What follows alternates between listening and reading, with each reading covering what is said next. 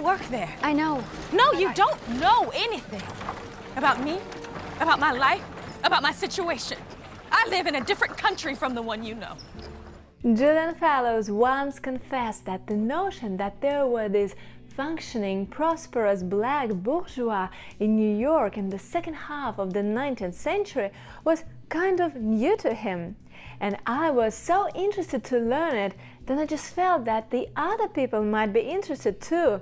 It was really as simple as that. Indeed, this new perspective, a sort of a fresh look at the history of the epoch, added a really fascinating twist to the American version of Downton Abbey, the Gilded Age series by HBO.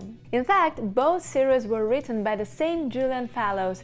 Both exploit the juxtaposition of folks from the upstairs and downstairs. Both sets of events take place in more or less real historical time frames, infused with groundbreaking events that shape the course of their epochs. Well, finally, both involve a fabulous casting of actors playing the intriguing set of characters. Yet here come the two major differences. The British series involves mostly fictional main characters, with some rare influx of real-life personages, while the American version is largely based on the life trajectories of some particular people from the past.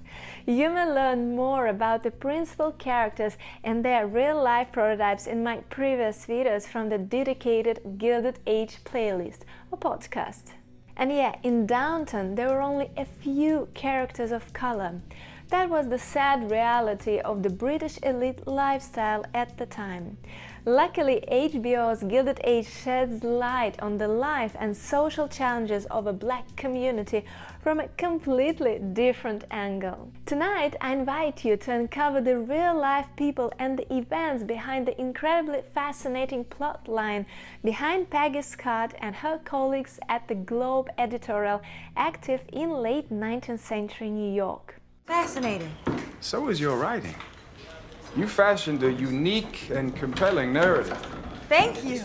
Since most of the other main characters from the series were actually based on real people, perhaps it means that the brilliant up-and-coming writer and journalist Peggy Scott is also a prototype of some particular girl that lived back in the 1880s. Well, yes and no. No, there was no notable writer named Peggy Scott. But yes, there were several popular black female journalists in the US at the epoch. Have you ever thought about writing anything political, Miss Scott? I have. Don't ask her if she's a Republican. Well, why should I align myself with either party when I don't have the right to vote? To establish which of them could then be our Peggy, let's have a closer look at the actual Globe publication from New York. Just like shown in the series, it was a rather prosperous African-American newspaper that was released once a week between 1880 and 1884. Little information is available about it online. Moreover, it is often mistaken with the daily New York Globe paper published in the first quarter of the 20th century. And yeah, there was also a New York City-based Saturday newspaper, The Globe. So, rather a popular naming for a medium. In any case, our Globe must have been a rather popular weekly edition at the time. Its owner and editor, Timothy Thomas Fortune, became the inspiration behind the character of the eponymous Thomas Fortune, played in the series by Sullivan Jones. Fortune was indeed an iconic example of the spectacular life trajectories from the bottom to the top of society thanks to merit. Imagine, he was born into slavery and soon after the Civil War was able to receive education in the first local school for African Americans. He began his career as an apprentice printer in regional newspapers and one day came to a point when his work was published in more than 20 books and articles and over 300 editorials. In fact, after the abrupt ending of the Globe, perhaps we will see that in the second second season of the Gilded Age, Fortune founded the publication New York Freeman, later renamed into the New York Age, the Afro-American Journal of News and Opinion, as they put it. Its success in the late 1880s made him famous as the greatest black newspaper writer in America, and by the end of the century his publication became the most widely read of all black newspapers in America. Is that the New York Globe? Did they publish your story? See for yourself. You are to be congratulated. What an achievement. Thank you. Luckily, he used that popularity and his influence for good and became an avid advocate for human rights, demanding full and adequate justice for all African Americans. Now, let's get back to the potential prototypes of the aspiring journalist and private secretary by day, Peggy Scott. By the way, I think she's brilliantly played by Danae Benton, who is said to have breathed life into her persona and added to the multidimensional portrait she deserved. Many sources tend to name a renowned journalist, Ida Bell Wells-Barnett, as Peggy's closest inspiration. So let's see. Ida was born in 1862, which makes her close to Peggy's age. That's a tick. Her journalist focus was heavily switched to social activism. Well, we definitely see those roots and seeds for the next season in Peggy Scott. Ida was heavily invested in fighting the ghastly practice of lynching after 3 of her friends were lynched in Memphis. This injustice and evidently false claims of rape made her investigate the circumstances of their murders, and this way the murders of other blacks who were lynched for things like registering to vote, starting businesses, or simply refusing to defer to whites in a manner they deemed acceptable. In fact, this lynching editorial of hers caused a huge stir in her own Memphis, and the offices of newspapers she worked for and co-owned were destroyed. She then settled in New York, Brooklyn in particular, and got involved with the local black cultural life, spreading her message as an activist. So Brooklyn is definitely another link to the fictional Peggy,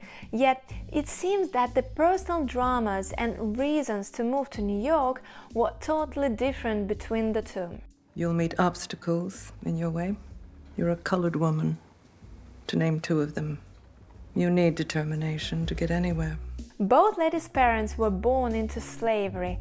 Actually, Wells herself was born a slave. You remember in the first episode, Peggy and Marion meet at the train station, and there is this collision with the train, and Peggy owes her money but still can't use the first class herself.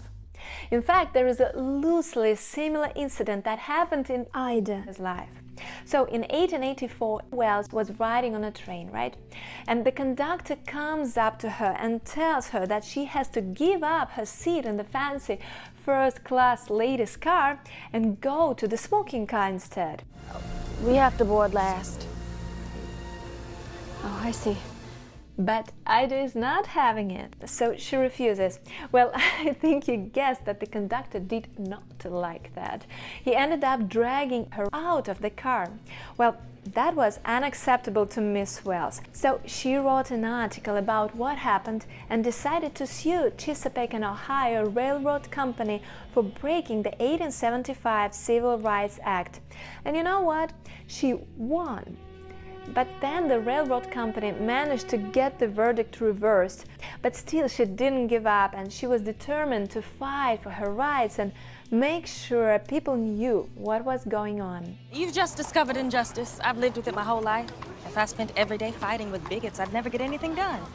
So yeah, the situation is totally different to the one shown in the series, yet who knows, perhaps the whole notion of this train episode came to the screenwriters' minds after learning about that fact.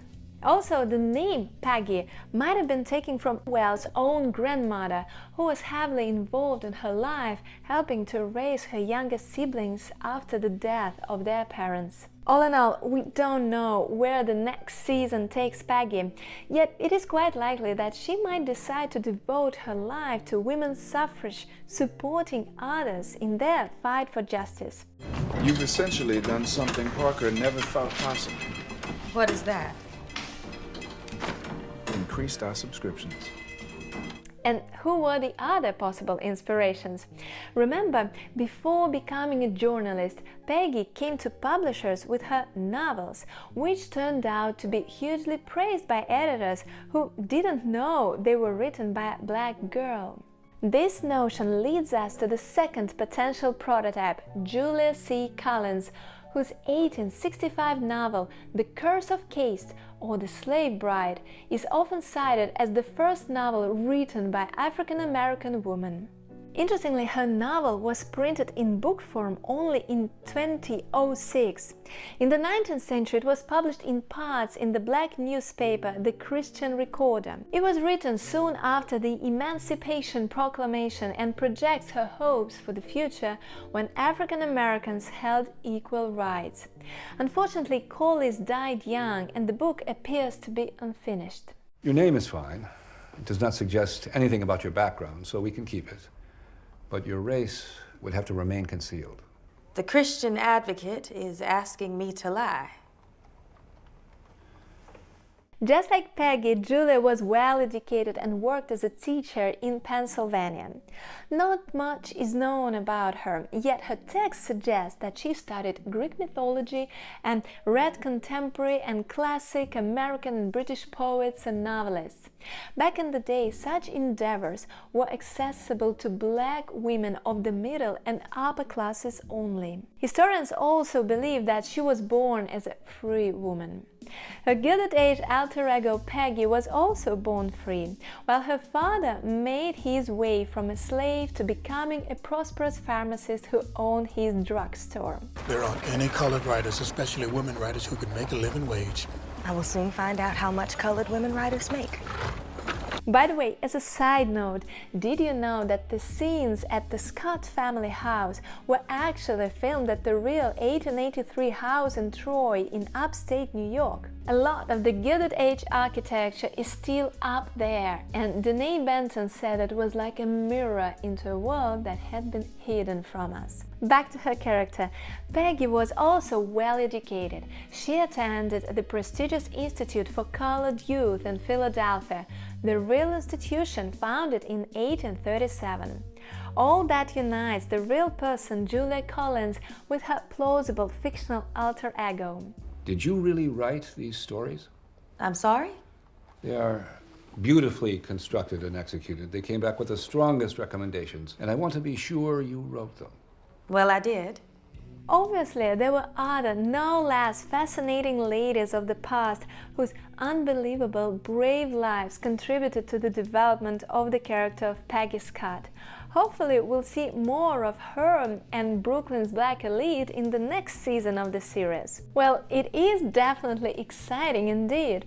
The Gilded Age was a time when people were really focused on industrialization and progress. And for Black Americans, it was a time of great opportunity. About 30 years after the Civil War, more and more Black people were going to school, which was really exciting. And as a result, the number of illiterate people went way down.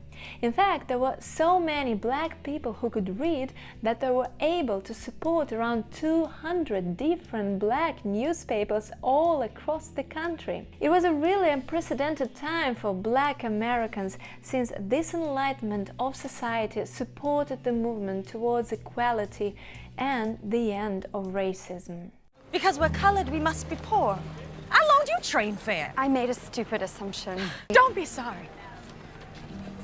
Just stop thinking you're really my friend.